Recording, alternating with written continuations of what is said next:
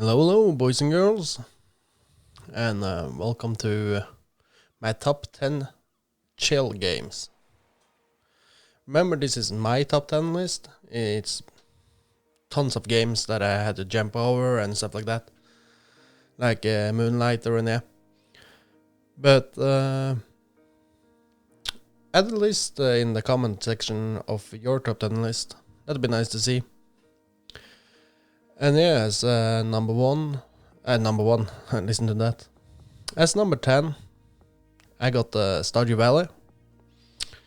And for me, Stardew Valley was more of a... It was chill to play, but it also was a little hustle.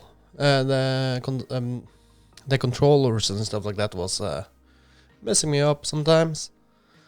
I wanted it more to be like more fluid, but for me it was more like hard checks. I also have the mind of a competitive gamer as well, so everything was a competitive for me. Like I had to go fast as possible through the game. But yeah, like now I can just sit down and chill with it, but it's still as ranked as number 10 for me. As number 9, I got Terraria. Terraria is a small game, small. Like I like to play on a small map because then it's faster to get through the bosses. You also have tons of mods to it, so you can add in more and more bosses and more gear, make you OPS crazy. And why I place it as number 10 is because for me, Terraria is more fun with friends when we can focus together to take down the enemy, you know. And also making the elevator, that is the most fun for me, is the work in the mine. But yeah, it's a little clunky how you like mine and stuff like that in that game as well. That is also why I put it that low down on the list. As number 8, we have Frostpack. Frostpack is a really cool game. I like how you can force children to work instead of hide them away and make them to engineers, and yeah. And it also putting it the perspective of how hard it will be to live in that age, if you know what I mean.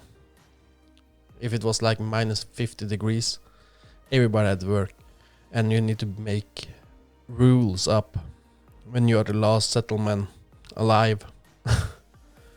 And that just, yeah, it got me. And it's a nice building game, top view. I like how it moves around, but for me the game was too short in a long-term perspective, so you can complete it in like 1 or 2 hours. I think I made it in my second playthrough of that game. I was like, yeah, I finished it already. Yeah. GG.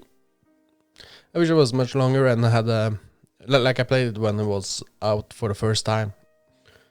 And for me, I wish it was more to do. Like more game modes maybe. Like maybe a story mode, how the world actually turned in there. And like had it build up to that age. But yeah. As number 7, I have Planet Zoo. Planet Zoo is a really funny building game. You can take your time building if you want to do that in a sandbox game mode. Or just try to build your own park from scratch. Or playing the story mode. For me, I put it as number 7 because I am a really terrible builder.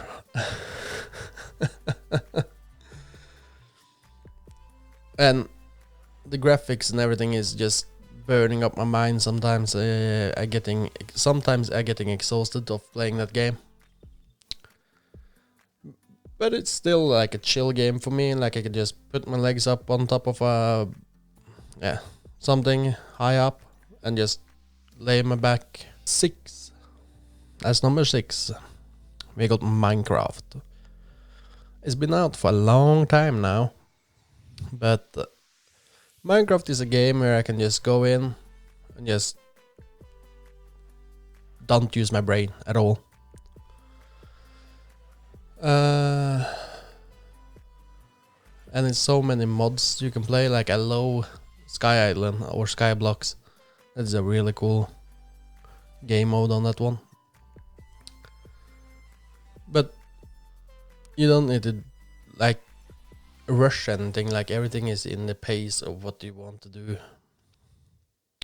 So I recommend Minecraft if you want to chill out. As number 5, we got Satisfactory. Satisfactory is as Factorio, just in third person, and that is why Satisfactory is here and not Factorio. It's much more chill. You don't getting attacked like you're getting on Factorio from aliens and that often, like you have something you need to clear out, but yeah, after you clear it out and you start to build area, it's not gonna spawn there anymore. And it's just gonna be a mess. It's always gonna be a spaghetti. And it's just so nice to see like your spaghetti is actually working perfectly. It's nice.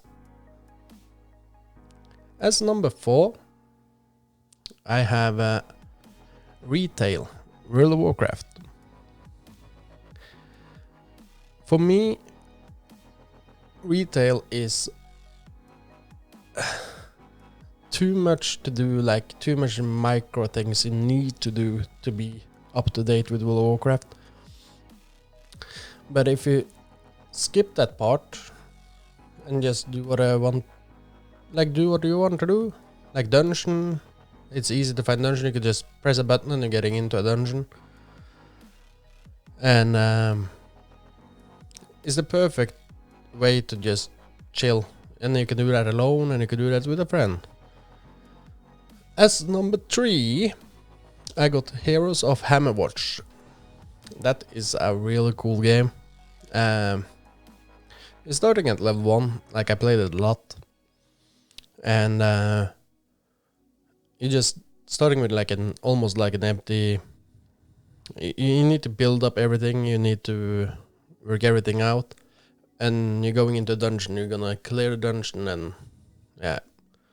But if you die, you lose everything that you progressed. So you can send up gold, you can send up everything that you need through the runs, and you're gonna be better and better and better because you're gonna get higher level, more better skills. It's a really nice chill game if you take it not competitive. And you can also play that with games. Wow, you can also play that with friends. As number 2, I got Forager. That is a cool small game.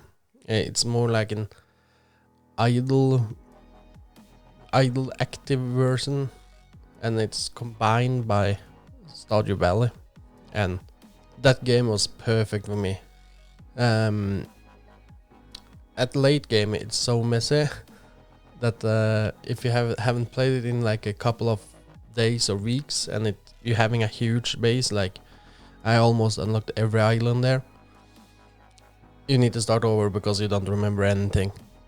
It's really like, where the fuck were I, you know? As number 1, I got Classic World of Warcraft. Classic World of Warcraft, it's a really good game. It's a whole different from Retail.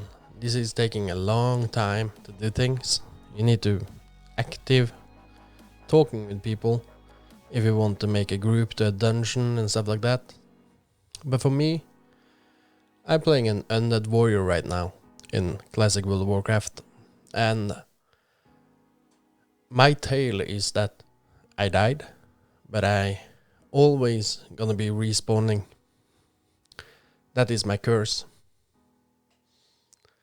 And I like that idea of my character because it makes it meaning for him to do shit in the world to see if it can be the best, you know.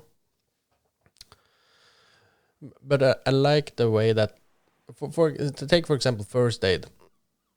First aid is pretty boring, but you need to go to different people to get it higher and higher up in skill.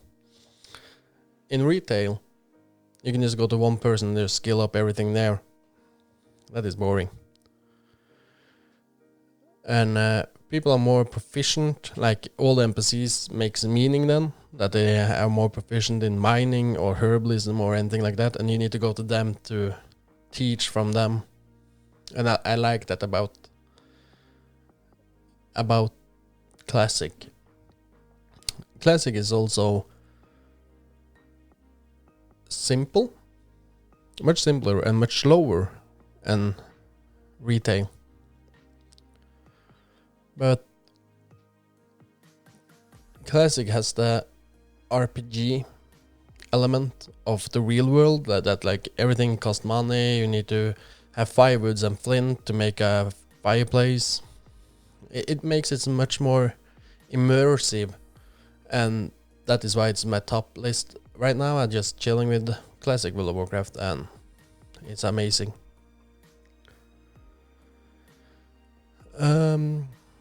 So yeah, that was my top 10 list, and I hope you guys enjoyed. And I'm gonna put all the games down in the list in the comments below, with the links to where we can buy them. And yeah, so yeah, take care, bye.